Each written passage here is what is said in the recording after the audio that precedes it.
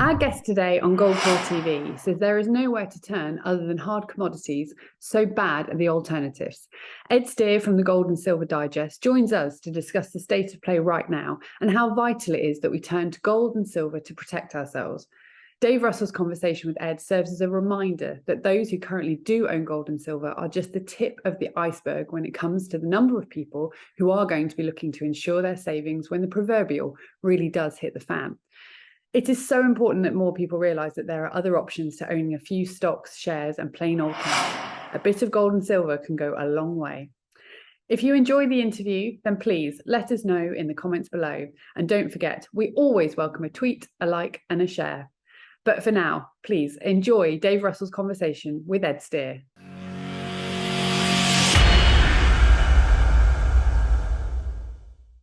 Ed Steer, welcome back to GoldCore TV. Well, thank you very much for having me on, Dave. I appreciate it. Now, I wanted to just start by asking you, what concerns you the most about the current situation in global financial markets? Oh, well, I could go on for the rest of the day, but, you have to take a look at the macro picture before you can take a look at the micro picture. The macro picture is started in August of '71 when Richard Nixon ripped the world off the vestiges of what was called the gold exchange standard at the time. And since then, we've been living in a fiat currency world.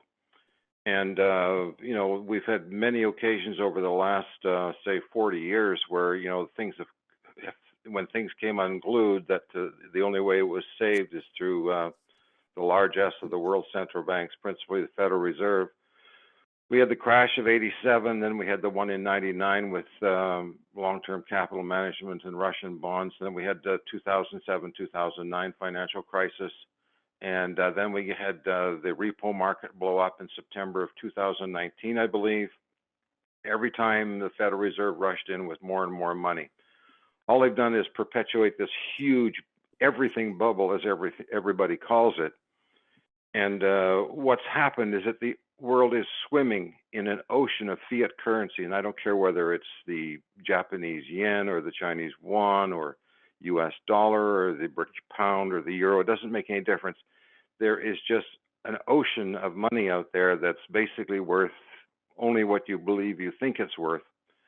And with this thing with the Ukraine that's happened just recently, and with the leaders of the European Union deciding to dig in their heels, regardless of how it was going to affect their, their citizens, they've made the decision that Russia has to be beaten into the ground, and at the expense of all their citizens. And now things have gone absolutely, totally out of control with energy prices, whether they be oil, gas, or electricity, have just gone completely out of control, and there's no question about it that this money printing is going to be the end of us, and we're seeing it show up in spades where everything is spiking in Europe, and it's only a matter of time. I'm watching the British pound fall, I'm watching the Japanese yen fall, the euro fall, and it's just a matter of time before we go from the inflation that we have today, which is anywhere between, say, 9 and 15%, to inflation that would make Venezuela and Zimbabwe look pale in comparison. We're going to have a complete meltdown in all the world's currencies before this is over. And as we talked about before we got on the air, that's part of the plan of the World Economic Forum and the New World Order. They want to basically destroy the economic and financial system that we have today. So do you think that we are going to see situations where we're going to have a Weimar Republic type of inflation? I know there's been a new prime minister in the UK, and one of the first things that they've been discussing over there is caps for domestic energy bills, and with effectively the difference between that and the wholesale cost of those being made up by effectively printing money, issuing debt to pay for that. That obviously naturally is money printing with a view to, not with a view to, but with the effect of adding to this already astronomical fiat currency problem that we have, and further fueling inflation. So how bad do you think that it could get inflation-wise? Well, Weimar, Zimbabwe, Venezuela, Argentina, you take your pick. Basically, what we're seeing now is debasement of world currencies. And your new prime minister, whatever her name is, I was just adding to that, as to all these bailout programs that Germany and Austria and Finland and all these other countries are coming up with to save their citizens. And all they're doing is making the fiat currency system worse. And as you know, everywhere and anywhere, inflation is a monetary phenomena from one end to the other. So this is just another brick in the wall as we slide further and further down the slippery slope into hyperinflation at some point. These sanctions that have been leveled against Russia have really been a kind of a shoot yourself in the foot policy from the West, haven't they? Well, they certainly have. And, this has been a plan of NATO and the United States ever since the end of World War II, where the ultimate aim was to bring down the Soviet Union. Of course, at that time, it was a communist nation. And they had all kinds of leaders, from Khrushchev to Brezhnev to whoever you want to say. And I lived through most of that because I was born in 1948. Their aim was the total, the destruction of the Soviet Union and to take over by America, or by, let's call the Western elite. That was the plan. And then, of course, Putin came along and ruined everything when the Soviet Union fell. He's a real nationalist, and good for him. I mean, he's out looking out for his people and his country, which is what every leader should be doing, but he's the only one that seems to be doing it now. And the United States, they still pushes on with their agenda to topple them. And they had the opportunity. All they had to do, as most people know, is to, make sure that the Ukraine didn't belong to NATO and that there would be no military troops or military buildup in the Ukraine. And this would have all been settled and everything would be copacetic. Right now, everything would be fine. But they made a conscious decision not to do that. They said, if we're going to get Russia this way, and at the same time, we're going to start our trip down this new world order, and the people of the world, especially the people in Europe and the UK, are seeing what that price is. And what I've seen on the stories this morning is that the people in Europe are in outright rebellion about it, and it's going to get far worse, and they're absolutely right to be out in the streets because it's their leaders doing it to them without any regard to their citizens. Yeah, I mean, we're seeing a situation where the wholesale price of energy is up over 2,000%. Now, the immediate effect on that on the individual is much higher energy bills, which then shrinks down their ability to spend money on anything else effectively. But ultimately, that's incredibly recessionary, and even has the potential to bring on a depression for Europe. Wouldn't you agree? Oh, absolutely. Well, Europe's been in a recession for quite some time, and this, as far as I'm concerned, has just tipped them over the edge. I mean, there's industry shutting down, especially the metallurgical industries like aluminum smelting and steel smelting. They're already closing some of their refineries down because they just can't afford the electricity costs, considering what the price of steel or aluminum is. And there's no question about it. Not only are we heading for a recession, we're heading for a depression, because at some point we're going to see a meltdown in the bond market, and when that happens, the stock markets are melting down. Will melt down at the same time. We're headed for a depression of biblical proportions at some point in time, and like I said, we're just on the slippery slope of that right now. One of our recent videos there was titled "The Floor is Lava," after the kids' game, where when somebody shouts "the floor is lava," everybody has to jump and try and find a safe place off the floor. When you apply that to financial markets, there's very few safe places left. No, there are absolutely none. The only safe places left right now are in hard commodities. I don't care what it is. When the large institutions start selling their bonds and getting out of the currencies, there's only one place left for it to go, and that's in commodities. From I don't care whether you're talking sugar at one end or uranium at the other end. That's where the money is going to go. And of course, the largest amount of money is going to go into the monetary metals, which are gold and silver.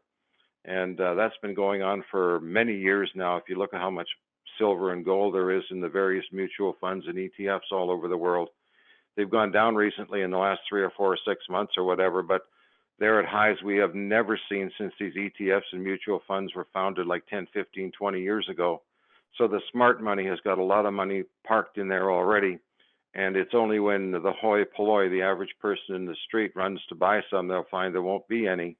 But in the end, when paper when paper dies, commodities boom, and the kings and queen will be gold and silver when that happens.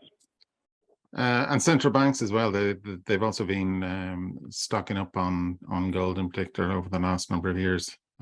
Plenty of central banks that haven't been buyers of gold in the past have been buyers of gold this year and last. One of note is actually the Irish Central Bank. They made the first purchase of gold in, I don't know, over 20 odd years. And there seems to be a kind of concerted effort between central banks to increase their gold holdings. Do you think that that's significant, or do you think that that signifies or identifies something? Yeah, it certainly does. It means that they're slowly sliding towards the exit and trying and hoping that nobody will notice. And I did note that story about Ireland's gold. It wasn't a lot, but it was, like you said, something they hadn't done in 20 years. But there's lots of other central banks out there. They're not shy about it at all.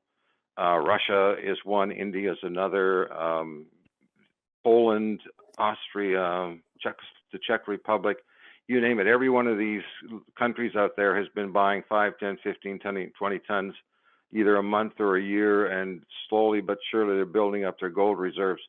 They know exactly what's happening because they're the ones that caused the problems that we have in the first place.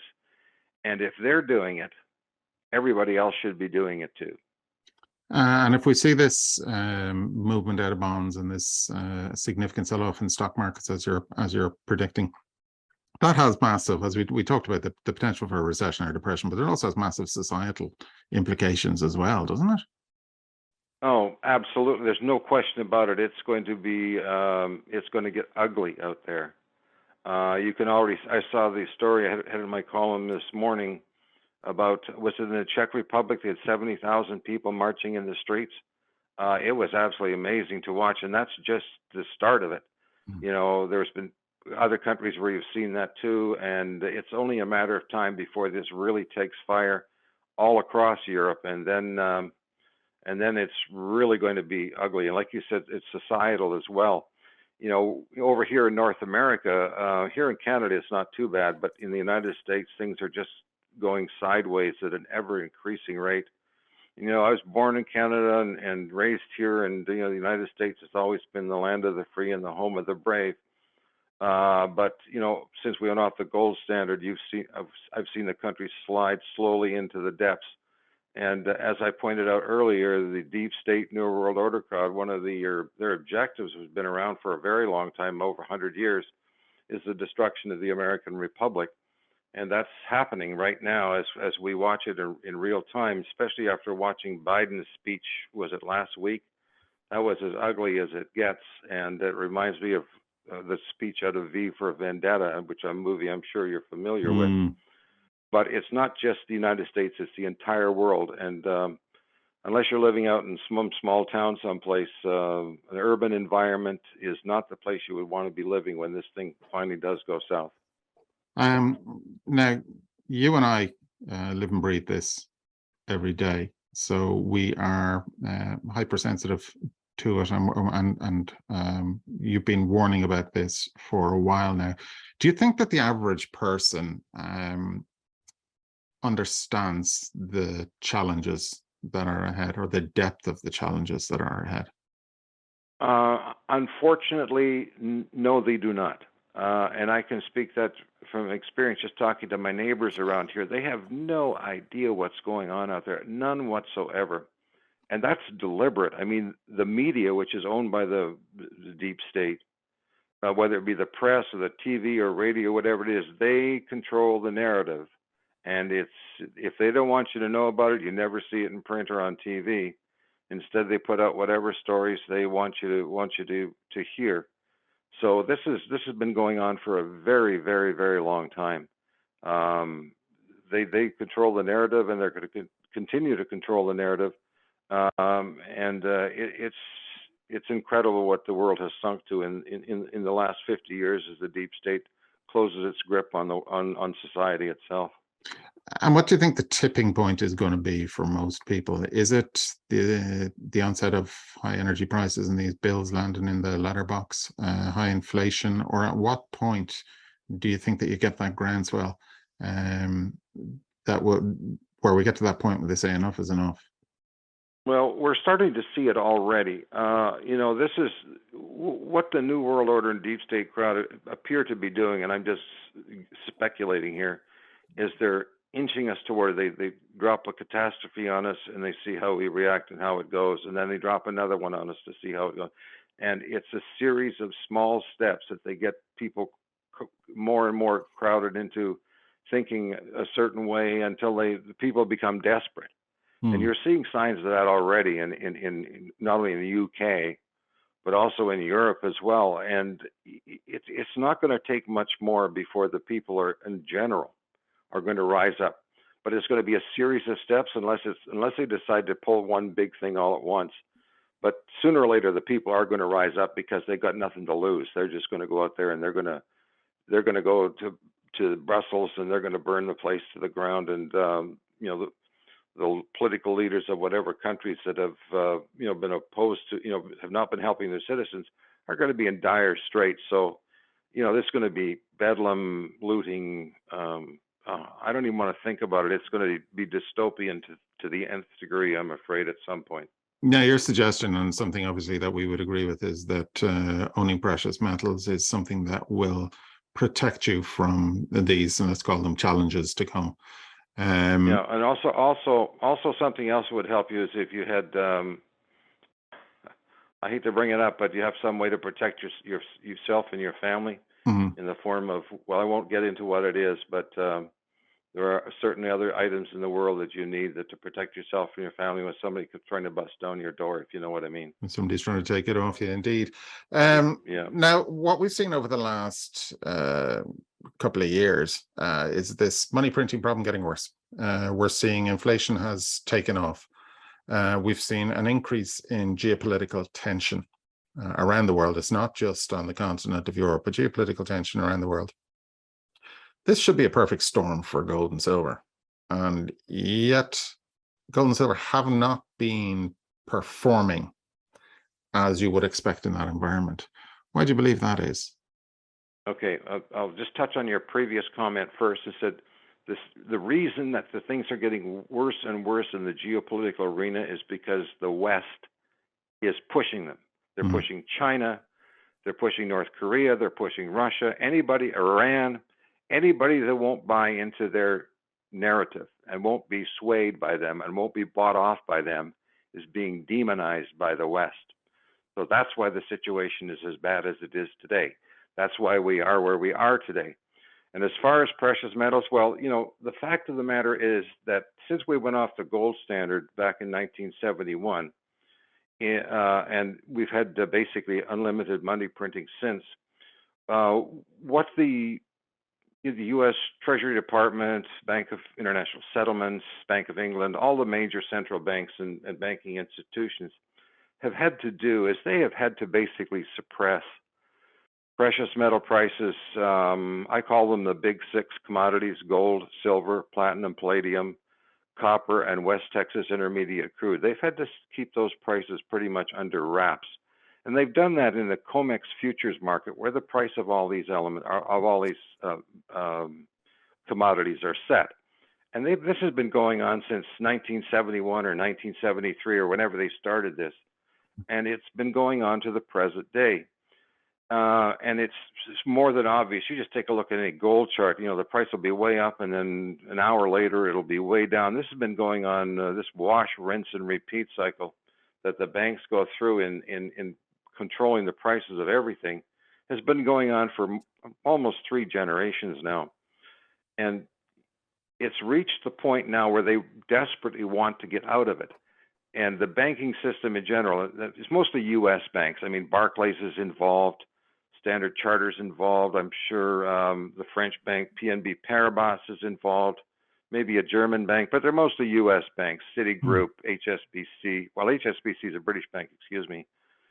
Citigroup, Bank America, the big New York banking firms have been short these metals by just hundreds of millions of ounces for such a long time now that they're desperately trying to get out of these short positions. This has been going on for, I don't know, for a couple of years now. JP Morgan got back out in 2020 Now the remaining banks are trying to get out now, and that's where we're seeing the gyrations we have, and why prices have been so depressed over this period of time. And when it really got bad was, remember when the LME nickel scandal broke out, Yes. where nickel all of a sudden, blew up the LME, and that was the day. And I follow silver analyst Ted Butler's work very closely. Mm. That was the day when the prices of everything peaked: gold, silver, platinum, palladium, Westex, everything. And from that point on, it's been downhill. I think it was the first week of March or something like that, it blew up. And ever since that point where the banks looked around and said, my goodness sakes alive, if this happened in nickel, what is it going to do in silver, which is the most heavily shorted metal on planet Earth, gold, platinum, whatever else they're short in, they realized that they could get hung out to dry, just like JP Morgan got hung out to dry on this nickel thing.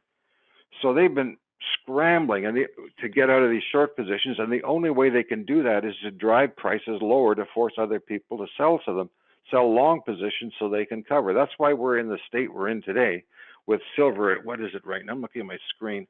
Gold's at 1715, which is ridiculous. It should be five or more times that high. It should be around $10,000 an ounce, and silver is over 1841.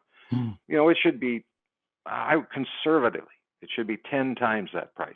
Okay. And once these banks have managed to cover as many short positions as they can, they will be able to stand back and let these prices rise. And Dave, I'll tell you, when they do decide to stand back, it's going to be a sight to behold, because prices are going to absolutely go to the moon.